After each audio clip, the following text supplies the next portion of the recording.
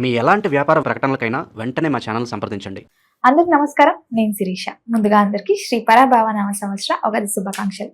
ప్రస్తుతం మనతో పాటు ఉన్నారు tarot card reader, crystal healer Sreeja గారు. అక్కతో మాట్లాడదాం.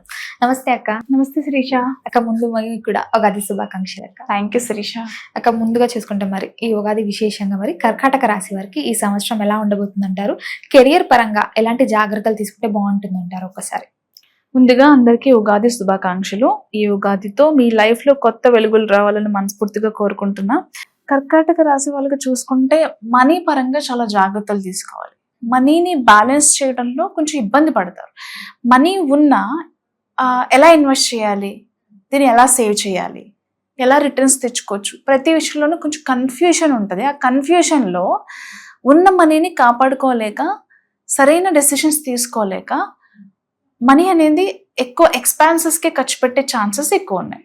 అది కొత్తగా స్టార్ట్ చేసే బిజినెస్లో కావచ్చు, ఏదైనా ప్రాపర్టీ విషయంలో కావచ్చు, ఎలా అయినా సరే. సో బ్యాలెన్స్డ్గా ఉండడం అనేది చాలా ఇంపార్టెంట్. ఖర్చుల విషయాల్లో కావచ్చు, ఇన్వెస్ట్మెంట్ విషయాల్లో కావచ్చు, చాలా ఇంపార్టెంట్. ఏంటంటే ఫినాన్షియల్గా ఆ జగిల్స్ అనేవి లేకుండా కొంచెం జాగ్రత్తలు అయితే తీసుకోవాలి. అంటే అన్నెసెసరీ ఎక్స్పాన్సెస్ తగ్గించుకోవడం చాలా ఇంపార్టెంట్. ఎస్. మరి స్టూడెంట్స్కి ఎలా ఉంటుంది అంటారు ఇయర్లో? స్టూడెంట్స్ చాలా ఫైర్ గా ఉంటారు. కొంచెం డిఫికల్టీస్ ఉన్నప్పటికీ, అంటే డిఫికల్టీస్ అంటే కొంతమంది నేను ఇది ఆల్మోస్ట్ నేను ఈ సబ్జెక్ట్ కవర్ చేశాను, లేకపోతే ఇది నాకు ఆల్రెడీ వచ్చు అనే కాన్ఫిడెన్స్ తో ఉంటారు. బట్ కొన్ని చోట్ల మేబీ వాళ్ళకి తెలియంది కూడా వచ్చే ఛాన్స్ ఉంటుంది. కాబట్టి అన్నీ మనకే వచ్చు అనుకునే దానికన్నా కూడా ఫోకస్డ్గా రివిజన్ చేసుకోవటం, ఇంకొకసారి దాని గురించి చదవటం కానీ, అంటే మనకు వచ్చు అనే దానికన్నా కూడా ఇంకొంచెం ఎక్కువ చదివితే బెస్ట్ ఏమో అని ఆలోచించడం కూడా ఇంపార్టెంట్. అంటే ఓవర్ కాన్ఫిడెన్స్ అని చెప్పలేం. తనను మనల్ని మనం నమ్మటం అనేది ఓవర్ కాన్ఫిడెన్స్ ఏం కాదు, కానీ ఇంకొకసారి దాని గురించి రివిజన్ చేసుకోవటం, డౌట్స్ ఉంటే క్లారిఫై చేసుకోవడం చాలా ఇంపార్టెంట్. జాబ్ పరంగా, కెరియర్ పరంగా ఎలా ఉంటుందంటారు? జాబ్ పరంగా చూసుకుంటే కొన్ని డిసప్పాయింట్మెంట్స్ ఉంటాయి. అంటే లైఫ్ ఎందుకో తను ఎక్స్పెక్ట్ చేసినట్టుగా ముందుకు వెళ్ళట్లేదు అనే డిసప్పాయింట్మెంట్స్ అయితే ఉంటాయి ఈ రాశికి సంబంధించి. అలాగే ఇంకొకటి కూడా ఏంటంటే ప్రమోషన్ విషయాల్లో కావచ్చు, శాలరీ ఇంక్రిమెంట్ విషయాల్లో కావచ్చు, ఎక్కడో ఆఫీస్లో జరిగే పాలిటిక్స్ వల్ల వీళ్ళకి అన్యాయం జరుగుతుంది అనే ఫీలింగ్ లో కూడా ఉండే అవకాశం ఉంది.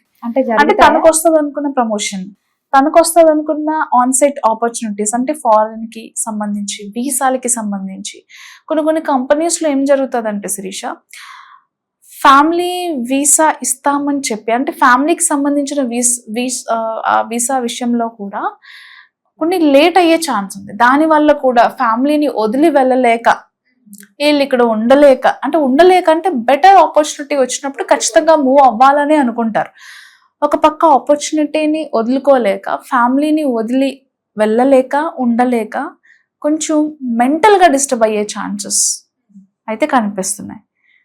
మరి ముఖ్యంగా ఏంటంటే కొంతమందికి ఎక్కడో అన్యాయం జరిగింది, నాకు రావాల్సిన ప్రమోషన్, నాకు రావాల్సిన శాలరీ ఇంక్రిమెంట్, హైక్ ఏదైనా కావచ్చు, నాకు రావాల్సిన ఆన్ సైట్ ఆపర్చునిటీ నాకు రాలేదు, ఎక్కడో నాకు అన్యాయం జరిగింది, ఐ డోంట్ డిజర్వ్ దిస్, అంటే నాకు రావాలి, నా కష్టానికి తగింది, నా ఎక్స్పీరియన్స్కి ఉండాల్సిన వాల్యూ అయితే ఇది కాదు అని డిసప్పాయింట్మెంట్స్ అయితే ఉండే ఛాన్స్ ఉంది.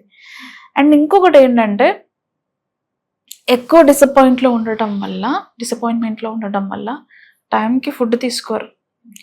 ఇంకొకటి ఏంటంటే ఇన్సోమేనియా ప్రాబ్లమ్స్ వచ్చే ఛాన్స్ అయితే కనిపిస్తుంది. ఓవర్ థింకింగ్ వల్ల నిద్ర సరిగ్గా పట్టగా ఇబ్బందులు పడే అవకాశం అయితే కనిపిస్తుంది. ఓకే. ఫ్యామిలీ ఎన్విరాన్మెంట్ ఎలా ఉంటుందంటారు? ఫ్యామిలీ ఎన్విరాన్మెంట్ ఎక్కడో ఫ్యామిలీకి ఎక్కువ ప్రయారిటీ ఇవ్వలేకపోతున్నాను, ఇంపార్టెన్స్ ఇవ్వలేకపోతున్నాను, ఫ్యామిలీతో సరిగా టైం స్పెండ్ చేయలేకపోతున్నాను, ఎంతసేపు నా గురించి నేను ఆలోచించుకుని, ఎంతసేపు వర్క్ అనుకుంటూ, బిజినెస్ అనుకుంటూ ఫ్యామిలీకి టైం ఇవ్వలేకపోయాను ఇప్పటివరకు. సో ఇప్పటి నుంచైనా కేర్ తీసుకుందాం అని చెప్పి ఫ్యామిలీని తీసుకుని ఏదైనా ట్రిప్కి తీసుకువెళ్ళే అవకాశం కనిపిస్తుంది. వాళ్ళకి ఏదైనా సర్ప్రైజ్ ఇవ్వాలి, వాళ్ళకి ఏదైనా ఒక హ్యాపీనెస్ ఇవ్వాలి, మంచి హ్యాపీనెస్ అని చెప్పేసి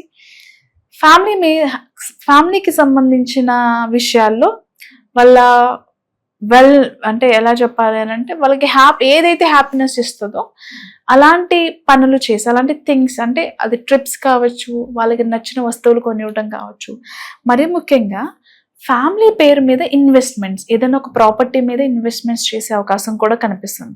అరే ఇంతవరకు నేను చేయలేకపోయాను ఫ్యామిలీకి ఏదైనా సరే, ఎంతసేపు డబ్బు డబ్బు అని లేకపోతే పని అని చెప్పి ఎక్కడో ఫ్యామిలీ నెగ్లెక్ట్ చేశాను అని ఆలోచించే వాళ్ళు ఆ చేంజెస్ తెచ్చుకుని ఫ్యామిలీ ఉన్న వైఫ్ పేరు మీద కావచ్చు లేదా చిల్డ్రన్ పేర్ల మీద ఇన్వెస్ట్మెంట్స్ చేసి ప్రాపర్టీస్ కొనే అవకాశం కనిపిస్తుంది.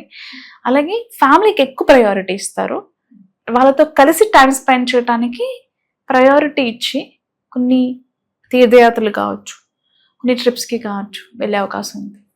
మరి ఎవరికైతే మ్యారేజ్ కాలేదు వారికి ఇయర్ మ్యారేజ్ అయ్యే ఛాన్సెస్ ఉందంటారా? మ్యారేజ్ అయ్యే ఛాన్సెస్ ఉన్నాయి, కానీ సంబంధాల విషయంలో కావచ్చు, ఎంక్వైరీ విషయంలో కావచ్చు చాలా జాగ్రత్తలు తీసుకోవాలి.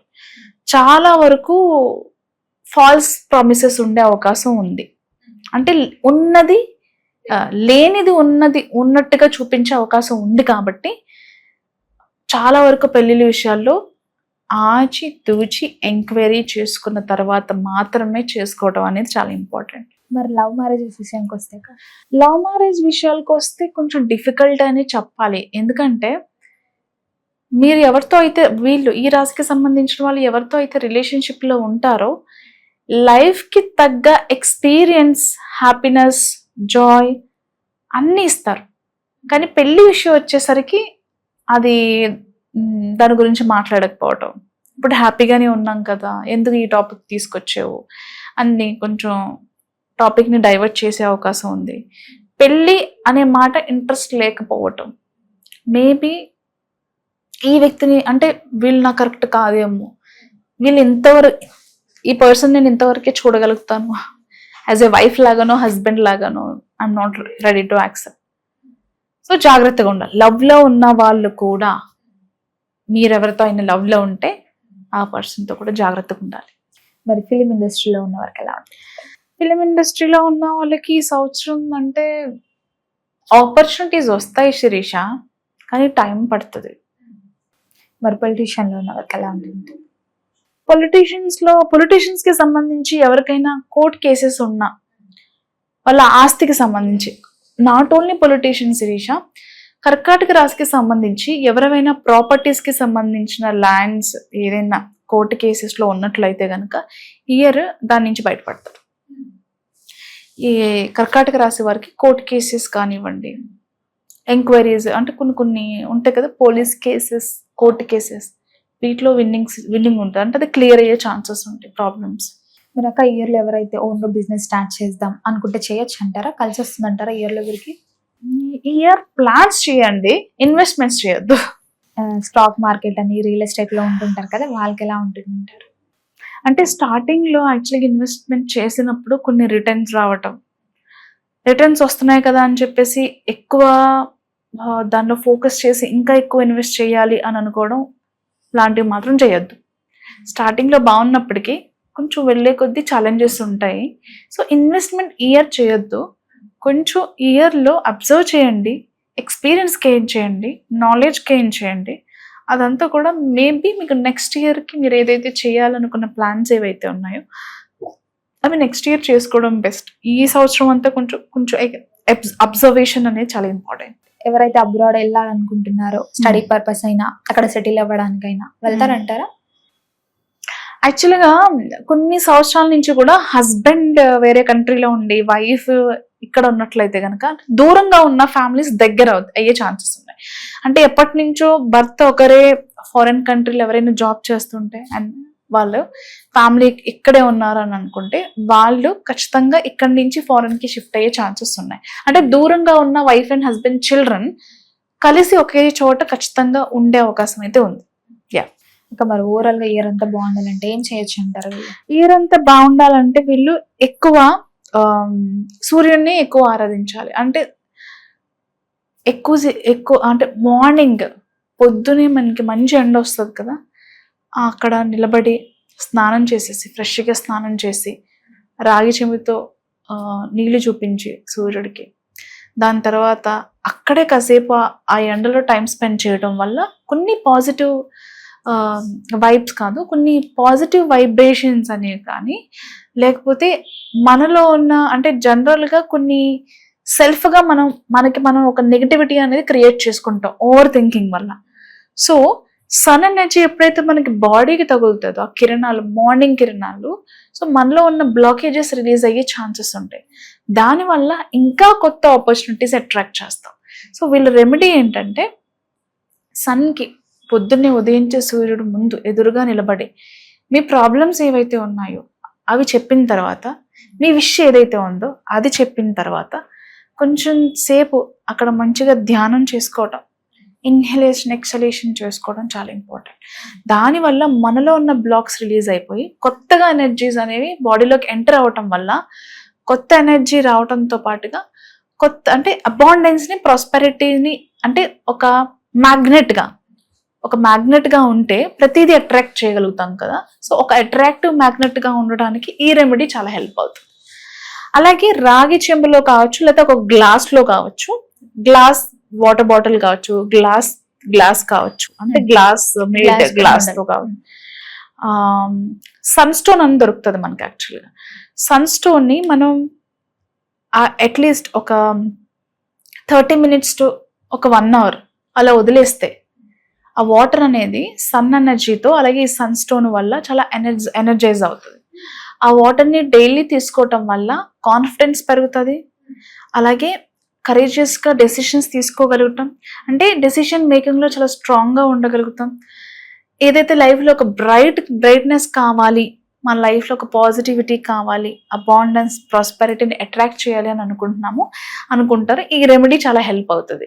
ఇంటర్నల్గా ఉన్న హెల్త్ ప్రాబ్లమ్స్ కూడా మనకి అన్నీ కూడా క్యూర్ అవుతాయి. ఒక ఓవరాల్గా ఇయర్లో కర్కాటక రాశి వారికి ఎలా ఉండబోతుంది, ఎలాంటి జాగ్రత్తలు తీసుకోవాలో తెలియజేసినందుకు ధన్యవాదాలు. Thank you Sirisha.